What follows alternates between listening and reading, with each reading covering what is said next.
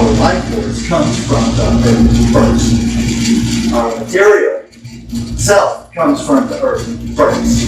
Innervated with the temporarity of give and take, the love relationship between the earth and the right. Stand up. I want to do a demonstration because I got to make it concrete for you. I know. It's not enough for me just to say it. I want to make it concrete. Everybody gather around. Come on over here. It's going to be fun. It's going to be fun for me. It'll be fun for everybody. All right, so you're standing good? You're good? You got a good standing there? You're like, go like this. You're not just going to teeter over and take full and complete responsibility for your own health and wellness at all times. I'm going to ask you to follow directions simply, accurately, and do that. Right. Protect my hand is the body or a body. A body part. A leg, ankle, arm. A body part. Let's say a leg. Okay, I want you to come close to my hand, but don't touch it. Are you right or left-handed? Right. Put your right foot in front of the left foot. So stand back right. Not like that. Just stand naturally. Turn that foot out. Naturally. All right. How much pressure is he putting on my hand? He's putting the pressure of intention, the pressure of anticipation. Okay? Now, without touching my hand, put your foot over. Well, first of all, how about, are you straining right now? Are you okay? Don't lock your hands up. Stay like this. All right? How do you feel? Are you okay? Could you stay there for a little while? How long could you stay? Hypothetically.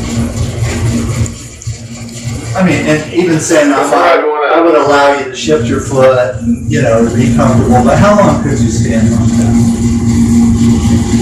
Conservative. 30 minutes. Plus, I can stand like that all day. When I was in the Air Force, we had to.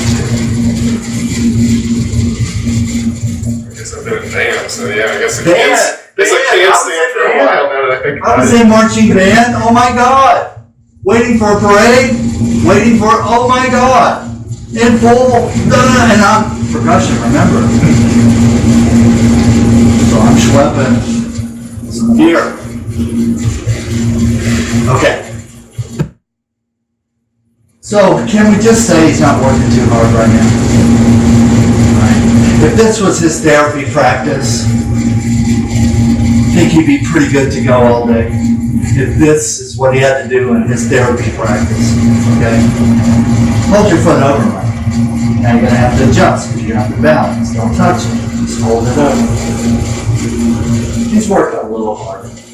But I'm going to give him a little hand. Put your heel down. Still don't touch my hand. Okay, now how hard are you working?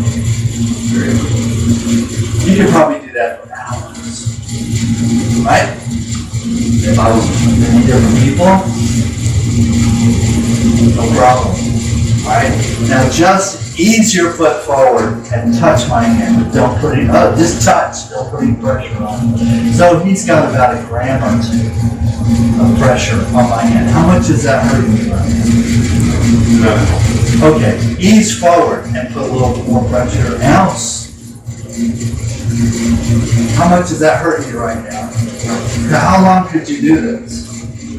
How many times a day could you bring pressure like this to bear? Ease forward and put more pressure on that hand. That's a mountain. Ease forward, put a little more pressure on my hand. Now, considering you're starting from a static place, you're not used to probably balancing while you're sleeping, okay? I want you just to ease forward and put more weight. Put half your body weight on my hand. Just shifting. By shifting, look up, don't look down. You know that squirmy thing under your foot is my hand. You don't have to look at it. Have a nice, neutral, natural posture and breathe normally and naturally. He's got 50 pounds pressure on my hand. All right, keep rocking forward. Don't look down, but just rock forward. More. How much do you weigh? 170. Okay, about 150. All right, ease forward until you can raise the back foot and balance on my hand. Go. Go. I'm there. Raise your back foot. Oh, all the way. Raise. Get it on there. How much do you weigh? 170. All right, the effort he has right now is the effort of balance. Because he's not been practicing his balance. He's a little deficient there. But he's got roughly 170 pounds of pressure. Now he's back, touch your down, back foot down, come off easy, come back to neutral, come back to standing. And my hand, therapeutic, has had the therapeutic pressure of hundreds of pounds pressure per square inch. Now, because it was a broad, deep, and general compression, it didn't hurt anything and it didn't break anything, even 170 pounds. It only takes 8 pounds of pressure on a 1 inch square surface to actually break any bone in the human body to cause a fracture. Now, granted, that's not static pressure. It has to be an impulse, or it has to have a twist, or rotation, a push or pull. But if it has any of those criteria, 8 pounds will do it. You can break any bone in the human body, fracture, including the pelvis, with 8 pounds of pressure. And that's one that's so easy to prove, I don't even want to go there. Because I can just take a 5-pound sledgehammer. I'm starting to get my breath. There's a 5-pound sledgehammer, and just drop it on your foot. I can break bones. I just drop it from a foot. I don't even have to go 3 feet, 4 feet, 5 feet. Just take a 5-pound sledgehammer and just, boom, it's done. Probably break one of those little bones on the top of your foot. If I did it to your hand, there's a good possibility I'll break a finger. Just 5 pounds, 170 pounds. Okay? Now the next thing is, through squeezing and muscular strength to create 170 pounds of pressure on a body part, you have to be Herculean. We're talking power lifter. An Olympic bar on a standard Olympic weight bench weighs how much? Just the bar. Somebody tell me. 45 pounds exactly. Okay? One plate, one full-size plate, 45 pounds, right? So one plate on each side, 90 pounds, plus the 45, which is the weight of the bar itself, brings us to 135. 80% of the population cannot move that bar 10 times. 80% of the population can get on a bench and do a full bench press with an Olympic bar with 2 45s on it 10 times. He just put 170 pounds on my hand and did not appear to be training for the Olympics. Right? In fact, he could have spent the time he was working on me having a cup of tea, checking his Facebook. In other words, he was using so little energy to bring all that pressure to bear that he could have actually had energy to spare, even attention to spare. But now let's just say hypothetically he gives me the attention. So he has reserves. So if he had to do that to me 500 times, who cares? He won't break a sweat.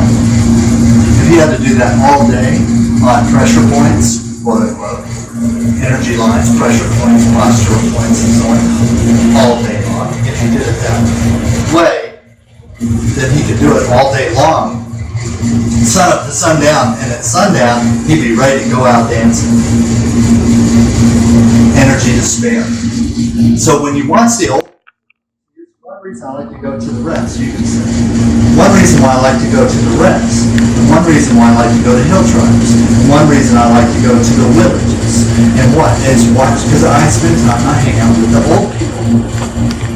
And I watch how they work.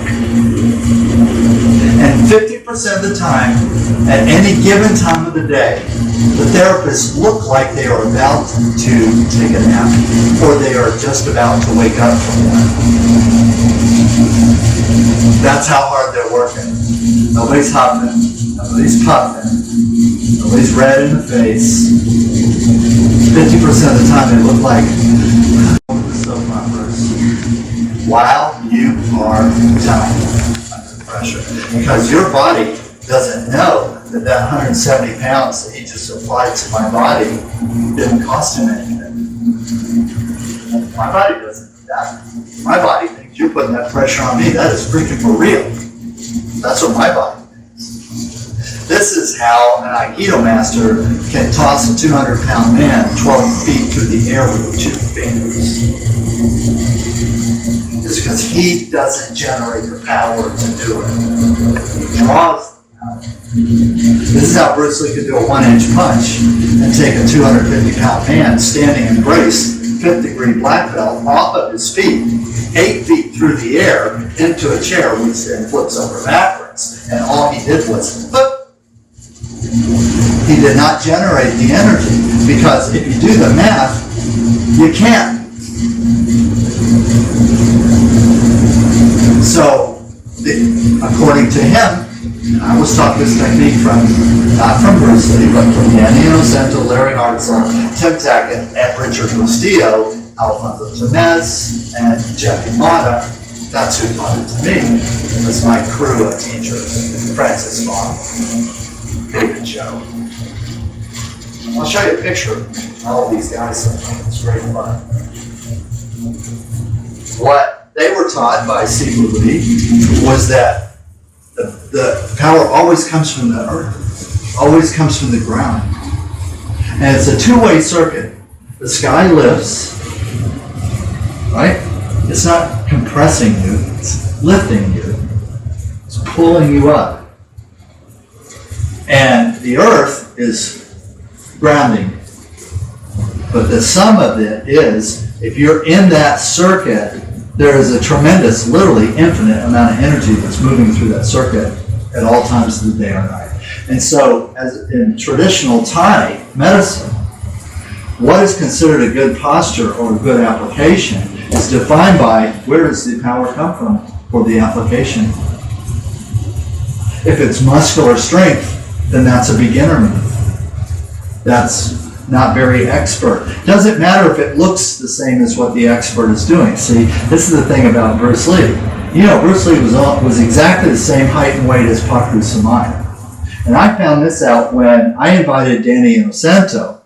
And you probably don't even know who Danny is. But anyway, when Bruce Lee died, he had 4 schools and about 100 students, subscription students.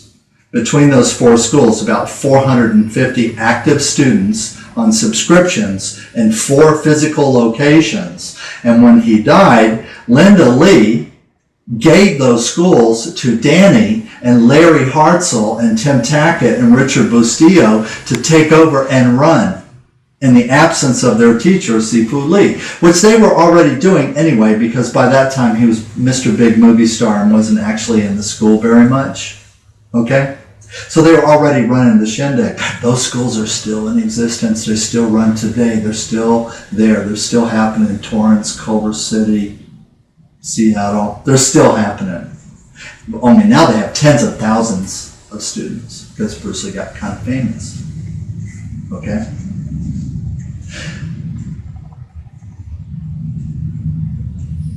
But the concept was, you draw energy from the environment.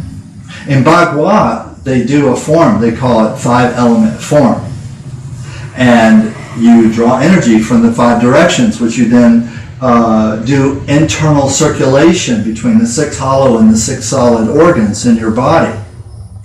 But first thing is always that you get on the line and you gather the energy. And then you circulate the energy inside, and then you project. And when you project, it is, I won't say it's effortless, because man, I have sweated my butt off trying to master some of these concepts. I don't want to lead you to believe that the practice path is without effort. It's just simply not true. But there are these little rewards where you find yourself doing really, really big things with very little effort. Maybe hardly even any. And the first time it ever happens, it will surprise you. First time that you put your hands on someone and instead of you pushing them, you channel the energy, you facilitate it, and you get motion, and you get movement, and you get a dramatic response, it'll blow your mind. It'll freak you out. Be a little freaky. You'll be all like, oh. I had one student come up to me and describe one of the first times that this experience happened to them and asked me if it was satanic. That they had called their preacher up and asked him. Well, I hardly did anything, and there was a major correction, and bones were aligned, and circulation was improved, and they were swole up with edema like a balloon, and in 10 minutes all the swelling was gone. And I hardly did anything. And they called the preacher up and asked if it was satanic, and he said yes. Healing people. And then, well, yeah, only Jesus can heal. You can't heal. So if you did the healing, it's got to be Satan. End of discussion. But then she called me. And I went, well, let's do a high five on the phone.